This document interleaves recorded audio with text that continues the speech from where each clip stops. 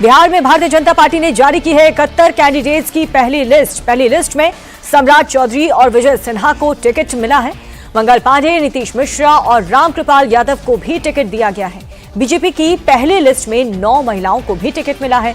Speaker Nand Kishore Yadav का ticket cut चुका है। तो ये बड़ी खबर आपको बता रहे हैं, भारतीय जनता पार्टी ने अपनी लिस्ट जारी कर दी है। कौन कहां से चुनाव लड़ेगा इसको लेकर के टिकट का बंटवारा हो चुका है, लेकिन स्पीकर नंद किशोर यादव का टिकट कट चुका है, जो कि 30 साल से पटना साहिब से विधायक हैं और उनका टिकट इस बार नहीं मिला है। बिहार बीजेपी की पहली लिस्ट जारी होते ही विवाद भी अब शुरू हो चुका है। बीजेपी की लिस्ट जारी होते ही बीजेपी दफ्तर में हंगामा हो चुका है। टिकट काटने से नाराज नेताओं ने जम करके नारेबाजी शुरू कर दी। नेताओं ने टिकट बंटवारे में मनमानी का आरोप भी लगाया। तो जिन विधायकों के टिकट कटे हैं उन्होंने जमकर नारेबाजी की।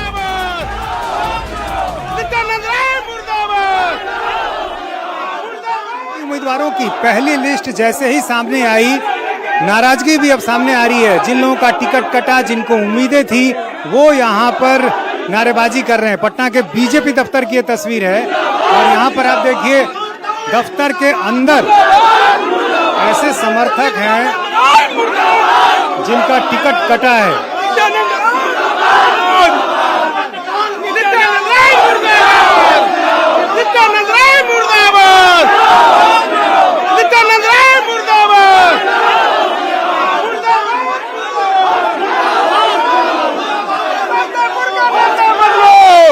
कहाँ से हैं आप लोग? हम लोग पातेपुर से आए हैं और जो टिकट का मनमानी हो रहा है, हार का सामना करना पड़ेगा। नित्यानंद राय 6 करोड़ उम्मीदवार बदला जाए,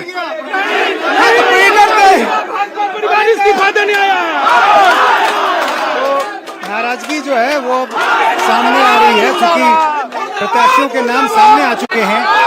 कई दावेदार हर सीट पर होते हैं, तो जाहिर है ऐसे में जिनका टिकट कटा अब उनकी नाराजगी सामने आ रही है।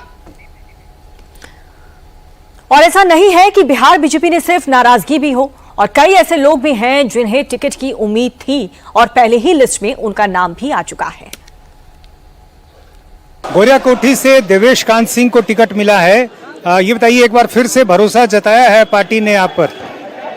पार्टी ने मुझ पर तीसरी बार भरोसा जताया है। पार्टी को बहुत बहुत धन्यवाद है, आभार है कि एक कार्यकर्ता के रूप में विगत 20-25 वर्षों से काम करते।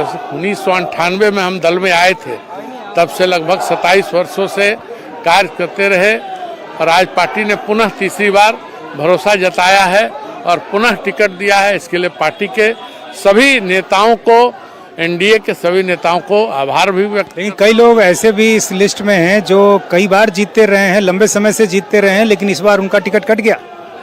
पार्टी का निर्णय कुछ होगा, पार्टी वहाँ के लिए कुछ नया सोच रही होगी।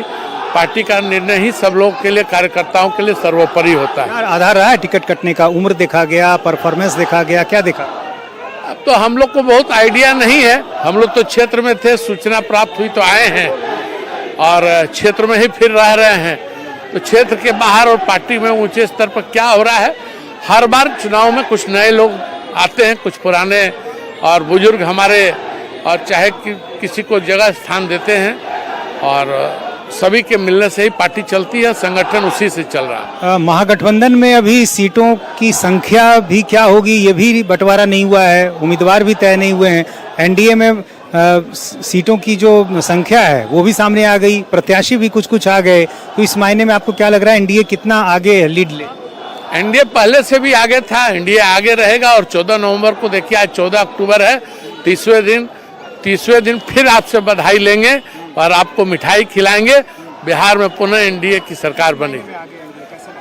देखिए हर तरह से, देखिए सारे स्तर पर एनडीए पहले से काम भी कर रही थी। महागठबंधन सिर्फ समीकरण की राजनीति में लगी है और उसी समीकरण की राजनीति को अभी उधेड़ बुन में फंसे हैं। कौन सी जाति कहाँ से किसको कैसे जोड़ें, क्यों जोड़ें, कहाँ किसको संकुचित करें, किसको आगे बढ़ाएं, अभी उसी में महागठबंधन फंसा है। पहले घर में भी विवाद है, उस घर को भी सुलझा लें, तब महागठबंधन ना आगे बढ़ पाएगा।